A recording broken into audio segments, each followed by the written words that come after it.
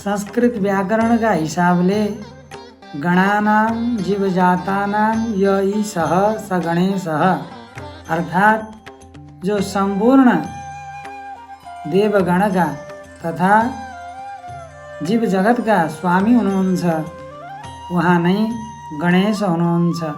सृष्टि समष्टिका जो ईश्वर हुनुहुन्छ यस्ता अग्रपूज्य विघ्न विनाशन भगवानलाई नमन गर्दै हामीहरू आजको कथामा प्रवेश गर्दैछौँ। भक्तवृन्दहरू, हिजो हामीहरूले समुद्र मन्थनको कथा प्रसङ्गलाई श्रवण गऱ्यौँ, जस अन्तर्गत भगवान शिव शम्भुले जगत रक्षाका लागि त्यहाँ उत्पन्न भएको उग्र विषलाई पान गर्नुभएको थियो अनि त्यो विषपानद्वारा भगवानको नाम नीलकण्ठ रहन गयो। जसले अहर्निश नीलकण्ठ भगवानको नामलाई जप गर्दछन् या आफ्नो शरीरमा नीलकण्ठ नाम खोप्दछन्। आजकल त ट्याटु खोप्ने चलन आएको छ, अनेक बनाउँछन् गर्छन्। यदि कसैले त्यो ठाउँमा श्रद्धा सद्भावले आफ्नो शरीरको पवित्र हिस्सामा यदि भगवानको नामलाई खोपेर धारण गर्दछन् भने पनि उनीहरू उप भगवान शिव प्रसन्न हुनुहुन्छ र सर्पदंशको भय हुँदैन, विष भय हुँदैन भनेर यहाँ बताइएको छ। र अन्यान्य पुराणहरूमा पनि भगवानको जुन नीलकण्ठ मन्त्र छ त्यो मन्त्र विष हारक बताइएको छ, विष व्याधि विनाशक बताइएको छ। यस्तो भगवान नीलकण्ठले सबैको नित्य मङ्गल गरून्। र अगाडि गएर देवासुर सङ्ग्राम हुन्छ, वृत्रासुर युद्धमा मारिन्छन्। नमुची आदि गरिएका वृत्रासुरका जति पनि सेनाका सदस्यहरू छन् सबै काललाई प्राप्त हुन्छन्, मृत्युको गाँस बन्दछन्। र त्यस प्रकारबाट देवासुर सङ्ग्राम सकिएपछि देवराज इन्द्र र देवगुरु बृहस्पतिको भेट हुन्छ अनि आफ्नो पूर्वोक्त अपराधलाई बोध गर्दै गुरुदेव भगवानका पाउमा इन्द्र महाराज पर्नुहुन्छ। र त्यस क्रममा अब देवराज इन्द्र सामु बृहस्पतिले भन्नुहुन्छ, साधूनां समचित्तानां उपहासं करोति यः देववाप्य अथवा मर्त्यः स विज्ञो अधमाधमः। के भन्नुहुन्छ त भन्दा अब बृहस्पतिजीले इन्द्रलाई, जसले समतायुक्त चित्त भएका साधु पुरुषहरूलाई उपहास गर्दछन्, मजाक उडाउँदछन्, कुरा काट्दछन्, निन्दा गर्दछन्, चाहे त्यो मनुष्य होस् या देवता, चाहे देवता भए पनि या मनुष्य भए पनि उसलाई अधम भन्दा पनि अत्यन्त अधम मान्नु पर्दछ। किन भन्दा साधु पुरुषहरू वन्दनीय हुन्छन्, पूजनीय हुन्छन्। त्यसमा पनि भगवानमा हृदय स्थिर गरेको, साधुताले परिपूर्ण भएको जो समाई चित्तको महापुरुष छन् उनलाई सामान्य मानेर आफ्नो दृष्टिको दोषले गर्दा, आफ्नो हृदयको दोषले गर्दा उपेक्षा गर्नु, खिल्ली उडाउनु भनेको त्यो मनुष्यको लक्षण होइन, त्यो देवताको लक्षण होइन, त्यो महापापीको लक्षण हो, असुरको लक्षण हो। अतः कहिले पनि सन्तहरूको अपमान गर्नु हुँदैन भनेर बृहस्पतिजीले भन्नुहुन्छ। र पूर्व समयमा यस्तै प्रकारको अपराध गर्दा हे इन्द्र भगवान शिव शम्भुको अनादर गर्दा चित्ररथ नाम गरेका गन्धर्वको पनि भयङ्कर दुर्दशा भएको थियो। जगन्माता भगवती पार्वतीको श्रापले गर्दा, शिवनिन्दाको, शिवजीको उपहास गरेको पापले गर्दा उसले राक्षस कुलमा जन्म लिनु परेको थियो र त्यही राक्षस चाहिँ वृत्रासुर थियो भनेर देवगुरु बृहस्पतिले भन्नुहुन्छ। र यस प्रकार गएर अगाडि अब भगवान शिवको महिमाको बडो विस्तारताले वर्णन गर्नुहुन्छ। देवगुरु बृहस्पतिले भन्नुहुन्छ कि कार्तिक महिना आयो भने शनिबारको दिनले युक्त जुन त्रयोदशी पर्दछ त्यति बेला गरेको व्रत अमोघ सिद्धि दिनेवाला हुन्छ। भगवानको त्रयोदशी व्रत कुनै पनि बारमा पर्दाखेरि त्यो पुण्यदायिनी सिद्धिदायिनी हुन्छन्। त्यसमा पनि शनि त्रयोदशीको जो व्रत छ र त्यो पनि यदि कार्तिक मासमा गरिएको व्रत भयो भने मनुष्यलाई सकल शुभताको सहजै प्राप्ति हुन्छ। त्यस्तो बेलामा भगवानको चाँदीको वृषभ बनाएर पूजन गर्नुपर्दछ। भगवानलाई चाहिँ नन्दीको पीठमा आसन बनाएर सवार गराउनु पर्दछ र भगवानको त्रिनेत्रधारी पञ्चवक्त्र स्वरूप 5 मुख भएको स्वरूपलाई हृदयमा धारण गर्दै मूर्तिमा भगवानलाई भाव अर्पण गर्दै भगवानको सेवा गर्नुपर्दछ। जगन्माता भगवती सहित ती शिव शम्भुको प्रतिमाको चाहिँ पूजन गर्नुपर्दछ। रात्रिमा श्रद्धापूर्वक जागरण गर्नुपर्दछ। विधि विधानका साथमा भगवानलाई पूजन गर्नुपर्दछ। नाना प्रकारका विषयवस्तुहरू अर्पण गर्दै पदार्थहरू अर्पण गर्दै भगवानको सेवा गर्नुपर्दछ। दुधले स्नान गराउनु पर्दछ अनि भगवानलाई दहीले स्नान गराउनु पर्दछ। भगवानलाई घृतले स्नान गराउनु पर्दछ। भगवानलाई मधुद्वारा शर्कराद्वारा स्नान गराउनु पर्दछ। तत्पश्चात गएर भवानीपति भगवान शङ्करलाई अर्घ्य प्रदान गर्नुपर्दछ। पाद्य अर्पण गर्नुपर्दछ। आसन दिनुपर्दछ। आचमन गराउनु पर्दछ। यज्ञोपवीत भगवानलाई अर्पण गर्नुपर्दछ अनि वस्त्र मन्त्र पढेर भगवानलाई वस्त्र पनि अर्पण गर्नुपर्दछ। पूर्वोक्त जति बताइयो ती सबैलाई मन्त्रोच्चारणपूर्वक भगवानलाई सेवाका साधनहरू अर्पण गर्नुपर्दछ र चन्दन अर्पण गर्नुपर्दछ, धूप अर्पण गर्नुपर्दछ। यस्तै प्रकारले भगवानलाई दीप अर्पण गर्नुपर्दछ, आरती अर्पण गर्नुपर्दछ। र यस प्रकारले जे जति मनुष्यहरूले आफ्नो गच्छ अनुसार आफ्नो सामर्थ्य अनुसार भावले श्रद्धाले अर्पण गर्दछन् ती समस्त विषयवस्तुहरूको अद्वितीय फल प्राप्त हुन्छ। र यस प्रकारद्वारा भगवानलाई अर्पण गरिएका अलग अलग विषयहरूको पनि सुन्दर सुन्दर फलहरू प्राप्त हुन्छन्। यस्तै प्रकारले शिवलिङ्गको पनि पूजनको महत्त्व छ। भगवानलाई शास्त्रीय हिसाबले कुन पुष्प अर्पण गर्नु पर्दछ कुन गर्नु हुँदैन यो कुरा पनि विचार गरेर भगवान शिवको उपासना गर्नुपर्दछ। कतिपय भगवानलाई अर्पण गर्न योग्य पुष्पहरू छन् त कतिपय भगवानलाई चाहिँ अर्पण गर्न अनुपयुक्त पुष्पहरू छन्। यस प्रकारबाट भगवानको यहाँ विस्तार गरिएको छ पूजाको प्रक्रियालाई। र अगाडि गएर बलिद्वारा देवताहरू पराजित हुन्छन्। अदितिको व्रत तपस्याद्वारा सन्तुष्ट हुनुभएका भगवानले वामन अवतार धारण गर्नुहुन्छ र बलिको पूर्व जन्मको प्रसङ्ग तथा बलि उपर वामनजीको कृपाको प्रसङ्गलाई पनि श्री स्कन्द महापुराणमा वर्णन गरिएको छ। यस प्रकारबाट भगवानका दिव्य कथा प्रसङ्गहरू अगाडि बढ्दछन्। श्री स्कन्द भगवानका दिव्य दया र अनुकम्पाले हामीहरू भगवानको यो ज्ञानरूपी परागङ्गामा यस प्रकार अवगाहन गरिरहेका छौँ।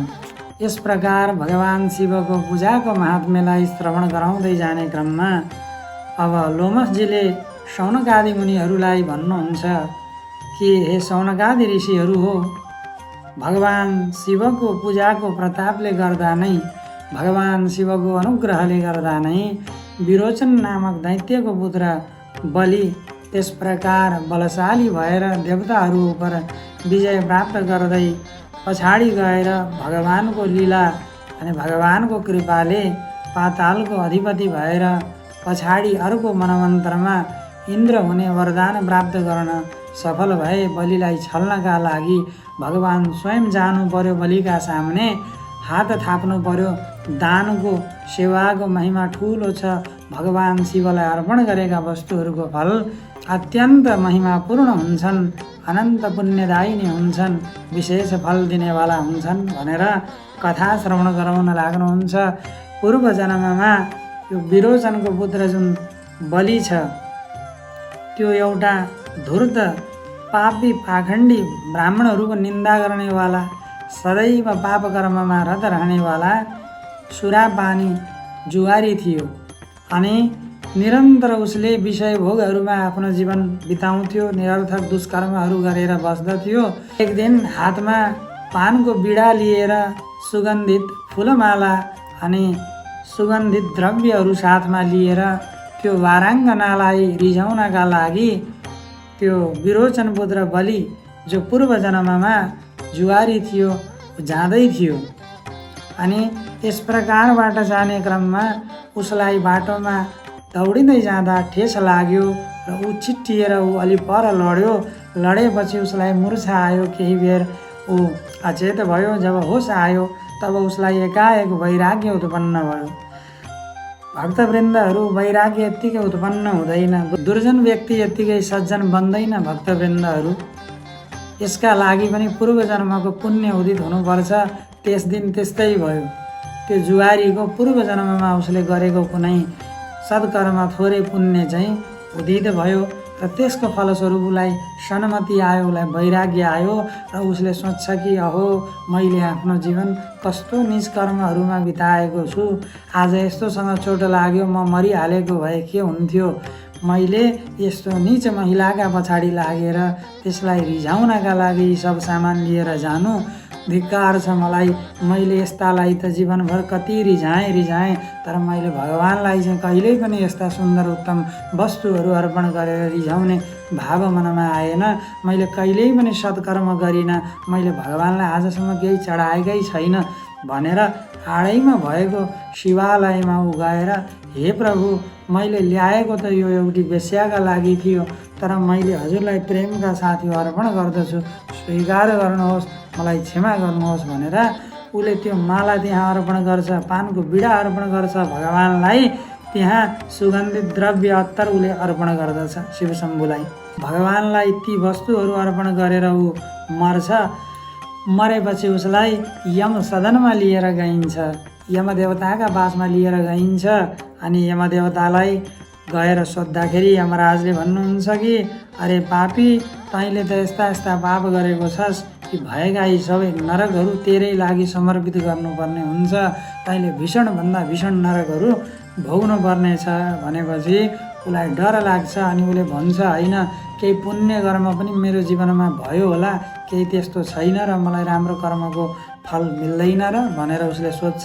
सोधेपछि यमदेवताले भन्नुहुन्छ अरे मूर्ख, मैले राम्रो मनले जीवनमा सत्कर्म धेरै गरेको त छैनस्, परन्तु तैँले कुनै दिन भगवान् शिवलाई फुलमाला चढाएको थिइस्, भगवान् शिवलाई तैँले अत्तर चढाएको थिइस्, भगवान्लाई तैँले पानको बिडा अर्पण गरेको थिइस्। बस यही 3 सामान्य वस्तु तैँले भगवान्लाई अर्पण गरेका कारण तँलाई 3 घडीका लागि स्वर्गको राजा इन्द्र बनाइन्छ भनेर अब भन्नुहुन्छ।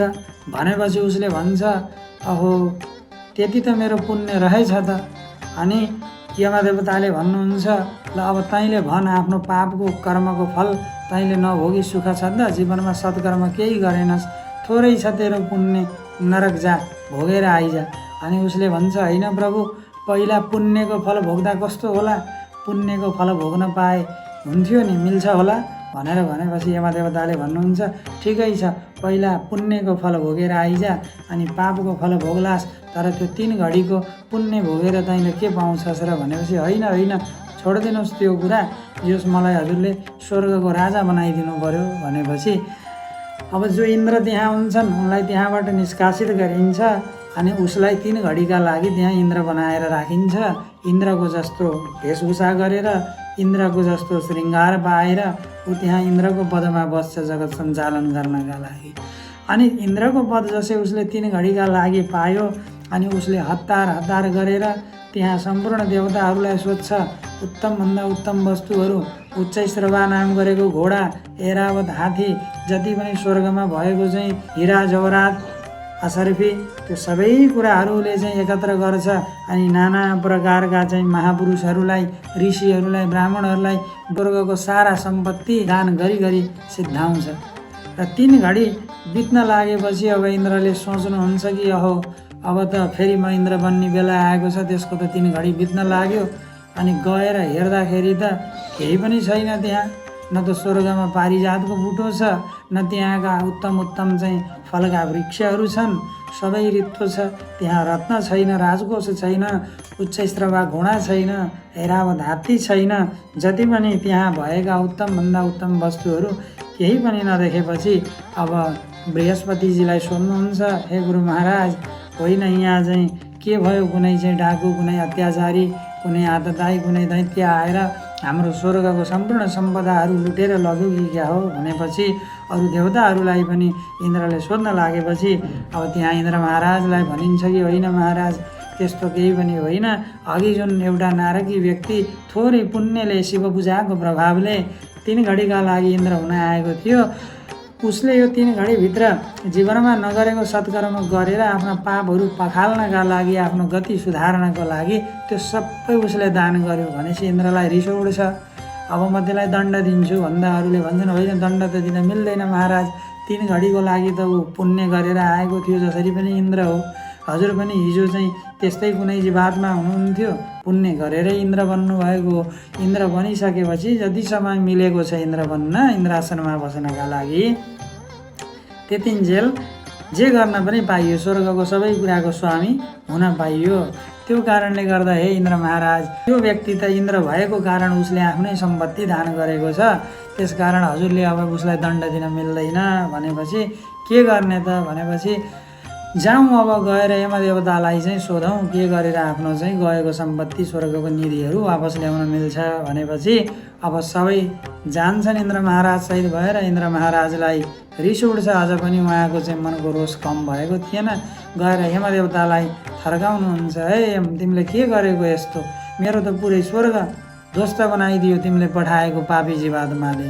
त्यो जुवारी त्यस्तो गद्दार मक्कारलाई उसले त मेरो सबै स्वर्गलाई तहस नहस बनाइदियो, स्वर्गलाई त रित्तो बनाइदिएको छ, राम्रा राम्रा कुराहरू सकल सम्पत्ति सम्पदाहरू उसले ध्वस्त बनाइदिएको छ भनेपछि अब इन्द्र महाराजले भनेको सुनेर धर्मदेवताले यमदेवताले भन्नुहुन्छ कि अरे इन्द्र, तिमी मसँग के रिसाउँछौ, के भनेका तिमीले मलाई, तिमी पनि हिजो कुनै बेला यस्तै थियौ, पुण्य प्रभावले स्वर्गको देवता बन्यौ, उसलाई पनि इन्द्र बन्ने पुण्य थियो, उसले गरेको थियो, शिव कृपाको शिव पूजाको फल यस्तै छ इन्द्र महाराज। त्यो हुँदा अब शोक सन्ताप नगर, गएर तिमीले ऋषिहरूलाई मनाऊ, जसले दान लगेका छन्, मलाई यस्तो भवितव्य आइलाग्यो, 3 घडीको लागि बनेको इन्द्रले यो सबै गरिदिएको हो, यसको बदलामा मैले के दिएर हजुरहरूले मेरो सम्पत्ति फर्काइदिनुहुन्छ या मैले के गर्नुपर्छ, लोक कल्याणका लागि प्रसाद स्वरूप हजुरहरूले यत्तिकै सहर्ष मेरा सम्पत्तिहरू फर्काइदिए म धन्य हुने थिएँ भनेर भन्नु।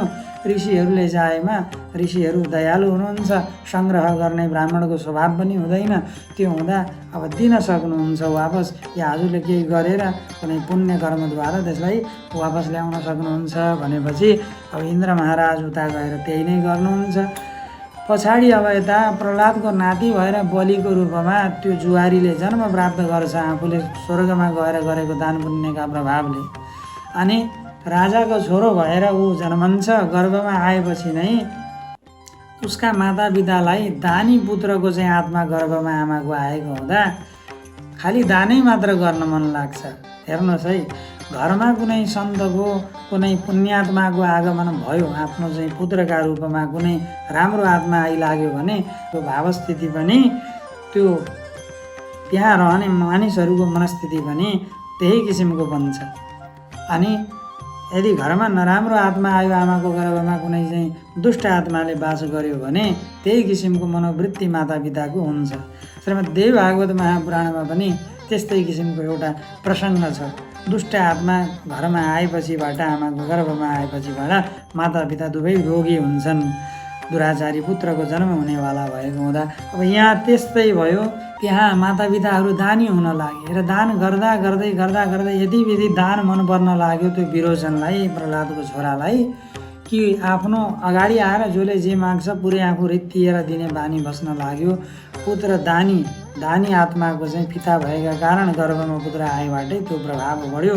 र यता इन्द्र महाराजले सोचे, अरे त्यो दुष्टले त मेरो पुरै राजकोष खतम गरेर गएको, इन्द्रमा वैरभाव, इन्द्रमा अभिमान अझ पनि गएन।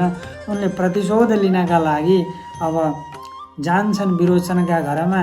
दानमा सबै कुरा लगभग सिद्धिसकेको थियो, दिनका लागि केही पनि बचेको थिएन, सबै दान गरी गरी विरोचनले लुटाएर अब इन्द्र महाराज गएर त्यहाँ दानमा माग्नुहुन्छ, मलाई दान दिनुहोस् भनेपछि अब मैले दिनको लागि राम्रो दान त केही पनि छैन, तपाईँलाई के दिनु भनेपछि अब दानी भन्ने सुनेर आएको, तिमी त दिन चाहँदा रहन्छौ भनेपछि होइन महाराज, दिनका लागि त म सर्वस्व दिन तयार छु, तर दिउँ के, मसँग दिनका लागि केही पनि छैन भनेपछि अब इन्द्र महाराजले चाहिँ भन्नुहुन्छ कि तपाईँसँग दिने कुरो छ, मलाई चाहिएको कुरो दिनुभयो भने दाताले जसलाई जे चाहिएको छ त्यो दिँदा विशेष फलको प्राप्ति हुन्छ, विशेष पुण्य मिल्दछ। अनि अवस्था छैन भने आफ्नो गच्छ अनुसार दान गर्दा पनि अक्षय फलको प्राप्ति हुन्छ।